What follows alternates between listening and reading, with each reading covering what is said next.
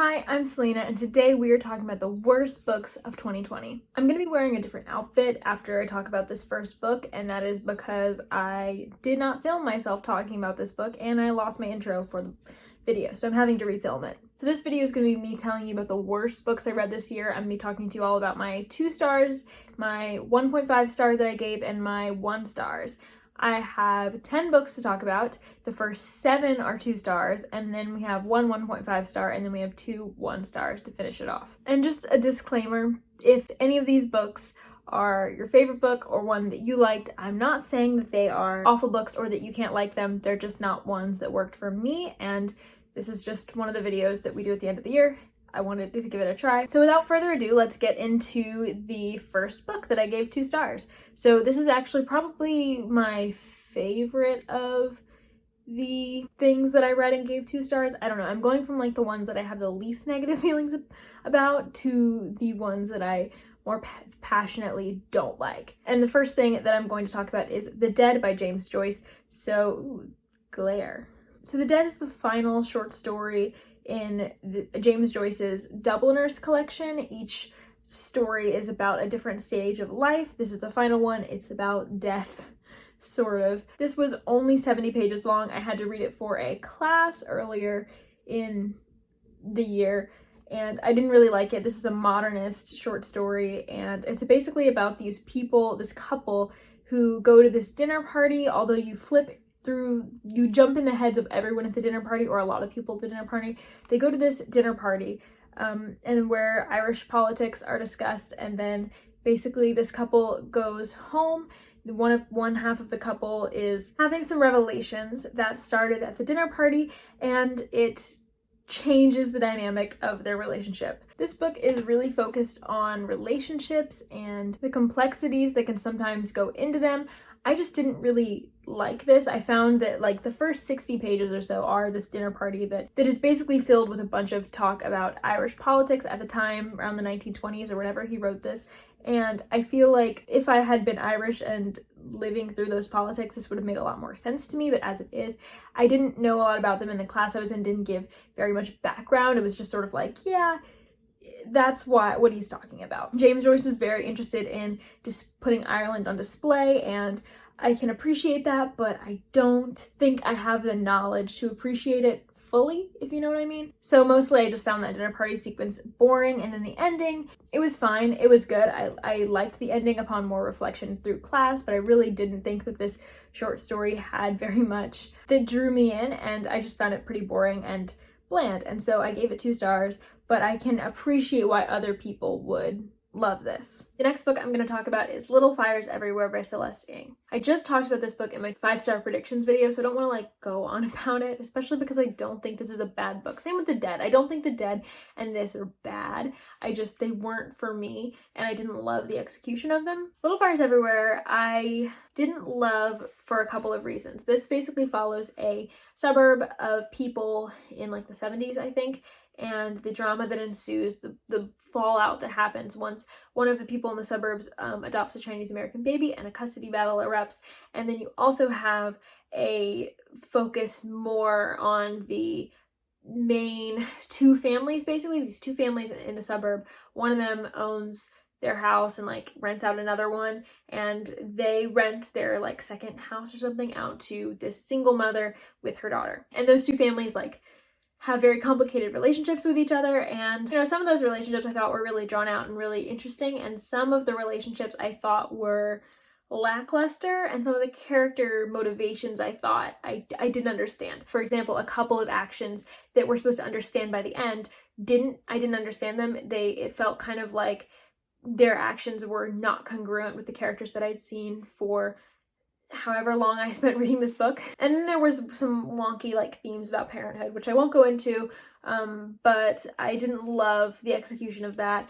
I thought that a lot of the themes that it tried to explore, the questions that it tried to ask about parenthood and adoption were really good, but because there was this theme in there that was kind of odd, that kind of undercut all of that, I didn't love the execution. I've been a little too hard on it, I think, especially because I do like literary fiction now, and I can appreciate it a lot more now. I'm just so sad that like I don't like this book. So many people whose reading taste with literary fiction like match mine. We didn't align with this one. The next book that I gave 2 stars was Waiting for Godot by Samuel Beckett. This, I don't even know what this is like an existentialist play. Also read for the same class that I read The Dead in. This is probably a great play to watch because we talked about how people do different adaptations of this in different situations. I've seen people stage this play to make a point, like after Hurricane Katrina, after like a lot of like really big tragedies and like things that make people feel hopeless. Like this play about like human persistence and existential dread kind of is staged to reflect that, and I appreciate that this play has been able to be restaged so many times and re-put on to fit so many different human situations, and I understand why people love it. I really do. We didn't watch this play, we read it, and so when I watched a scene of it, I kind of understood a little bit more, but there's a lot of like back and forth with the audience that you miss if you're not watching it, and it was too abstract for me to keep up with just reading it. And so I didn't really like this book. I would be open to seeing a play performed that is a rendition of Waiting for Godot, but otherwise I didn't really like this, just reading it. The next book that I did not like and gave 2 stars this year was Longbourn by Joe Baker. So this one I talked about very recently. This I also read for a class. It was a different class than that one though. It was the class this semester on Pride and Prejudice. And we read it because this is a historical fiction that is set in Pride and Prejudice. Like this is the Pride and Prejudice story, but Pride and Prejudice's story is more of a background. We instead follow the servants that work in Longbourn, which is Elizabeth Bennet's family estate. And yeah, we just follow the servants as the plot of Pride and Prejudice happens, but they're not really focused on that. They have their own things to deal with. They have their own plots. And I thought I would enjoy that setup, but I didn't really with this execution. I wasn't ever really connected with the characters. A lot of them seemed very bland to me. I wasn't rooting for them. I thought that it was really interesting how the intricacies of what this author would talk about with like servant life and stuff, and like there were a lot of things that she brought up that I never thought about, and there were some characters that I think that she actually did very, very well. Like I think how Wickham was done in this book and how Mrs. Bennet was done in this book were really, really good. But this book wasn't for me. I gave it 2 stars because the principal characters that we follow I didn't care about. It was largely a romance plot. I don't care about a romance plot, especially when it's kind of a angsty romance. I don't know. The writing style was also very dense without a lot of the humor of Jane Austen. It was meant to seem very bleak and dull. I understand that, but it didn't make it fun to read. This book was just not my thing. I didn't really enjoy it. And also the way that this book treats several of its like marginalized characters is not great. So yeah, 2 stars. The next book on this list is another historical fiction, which officially makes the amount of historical fiction I hated equal to the amount of historical fiction I loved this year, and that book is A Sky Painted Gold by Laura Wood. So this one I probably didn't have as strong feelings about as Longbourn. There were things in Longbourn that I liked, and there were a lot of things that I didn't like. This book I felt very meh about it. This was pitched to me as The Great Gatsby meets I Captured the Castle, which I like The Great Gatsby. I liked it a lot more when I was a teen, and I didn't really love it rereading it this year, but I did love I Captured the Castle. I really loved I Captured the Castle. And this has been pitched as that, and so I was excited to see how the author pulled that off. The thing that I said about this when I reviewed it in my wrap-up, my August wrap-up, I think, was basically that it was like those classics, The Great Gatsby and I Captured the Castle, without any of the bite. And I still agree with that. I feel like the things that make The Great Gatsby and I Captured the Castle classics are the grit in them, the sort of the flawedness of the characters, the way that people don't behave perfectly, the way that the drama is kind of outrageous, and how people are just flawed and like fully developed people. Whereas this, it felt like it didn't have any of that, and so it took out all the interesting parts of the classics to me and to most people, in my opinion. The character didn't seem very unique to me. She was just sort of, it was a coming of age thing, but it wasn't as interesting to me as the one I Captured the Castle was. We are in Cornwall, and it tries to bring the Gatsby glam in the 1920s feel to Cornwall, and it just didn't really work for me. This book tries to be a little bit more like diverse in its cast than The Great Gatsby, but I did find that this had a problem with how it treated its marginalized characters, in my opinion, as well, so just beware of that. I just didn't really like this book at all. I gave it 2 stars. I read it in like a couple of days, so I was fine to read it, but it just didn't give me any feelings whatsoever. Like I was just sort of, I was waiting to care, and I did not. And so like I wouldn't recommend this if you like those classics. I just wouldn't. I would recommend it if you want a sweet historical fiction with a nice setting about a girl who's coming of age. Like if you're interested in that, even though I just made it sound awful, then maybe pick this up. But don't go into it if you're looking for like the moral grayness of The Great Gatsby and I Captured the Castle. The 6th book on this list is one I haven't even wrapped up yet, and it made the list. And that book is Heidi by Joanna Spyri. I went back and forth putting this on this list because I didn't like hate it that much. It could have been a little higher on this list, but like I didn't like it. I did not enjoy this book. I gave it 2.5 stars at first, and then I lowered it, and then it actually made it on this list because it was 2 stars. This is a Swiss classic about a girl named Heidi who basically is an orphan, and she is sent to live with her grandfather, who's kind of like a grouchy grump guy, and we just follow her living in the mountains as she softens her grandfather's heart in like 2 seconds flat. And then she meets a lot of people whose lives are not as good, I guess.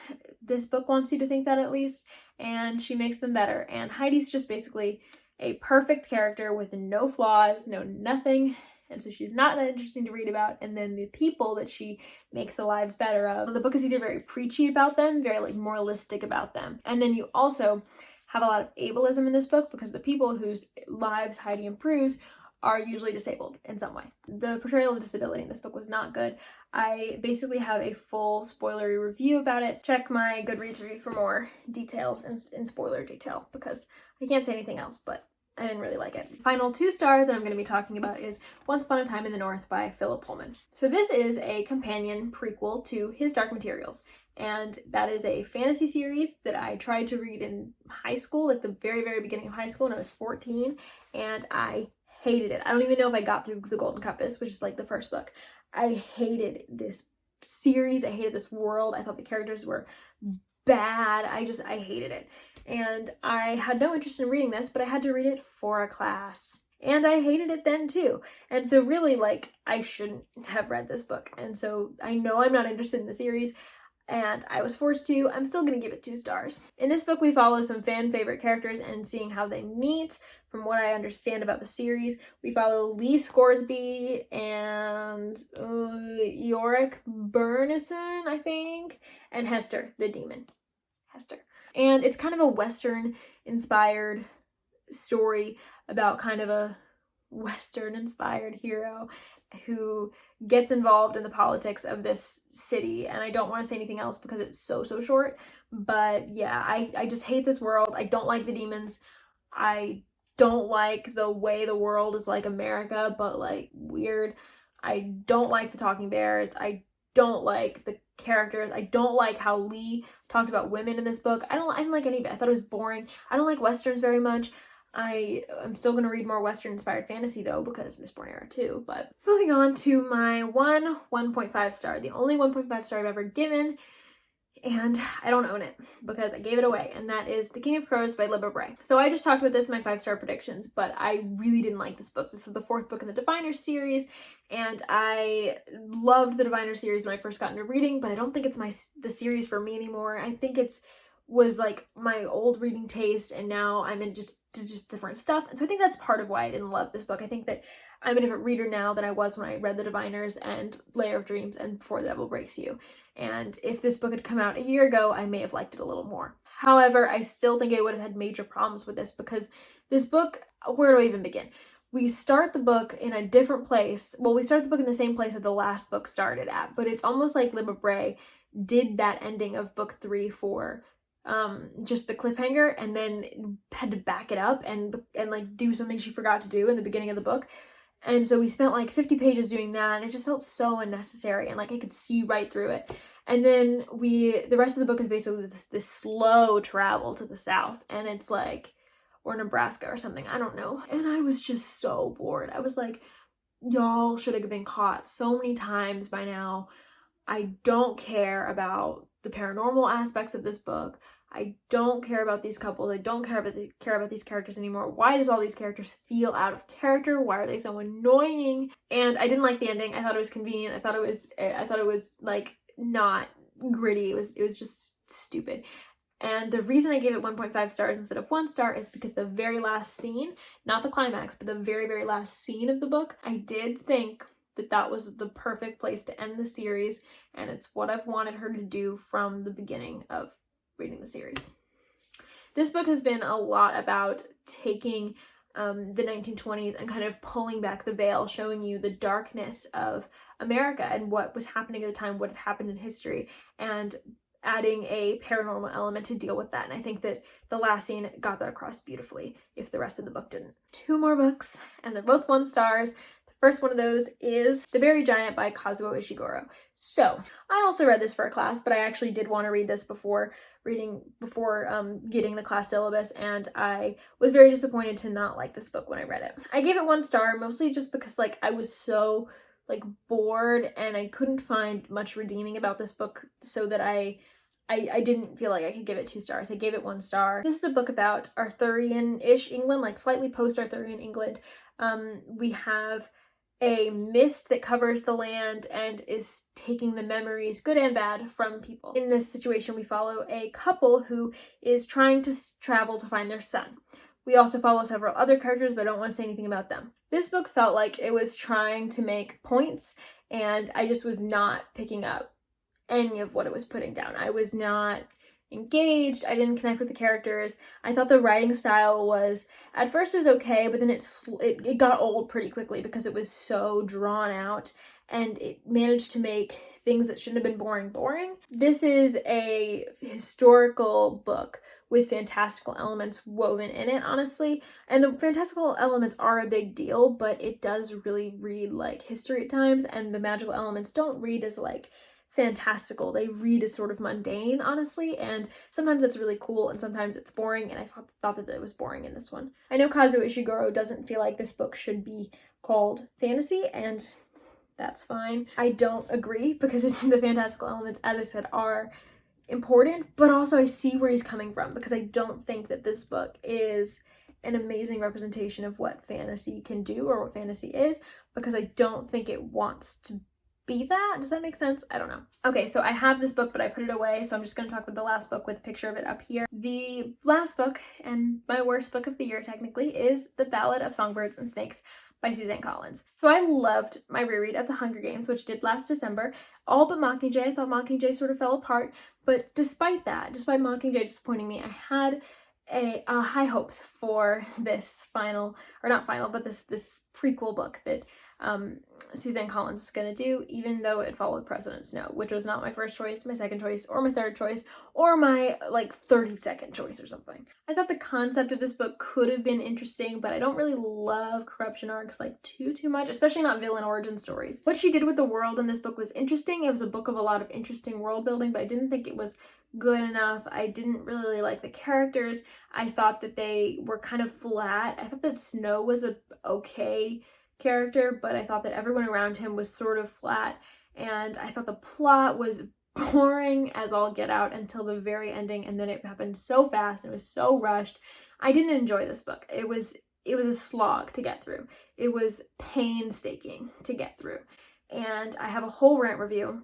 I've tried to remember stuff that I said in that review, but I really don't remember. I had critiques about everything, literally, from characters to plot to world building. A lot of it just did not make sense to me why she decided to write this. I will not be following if she continues to make this into a series, which a lot of people think she will. And that makes me sad, because I love The Hunger Games so much that I wanted to love this too, and I just did not. That was my worst books of the year, and you just heard about all of them. Thank you for watching this video. I will see you in my next one. Bye.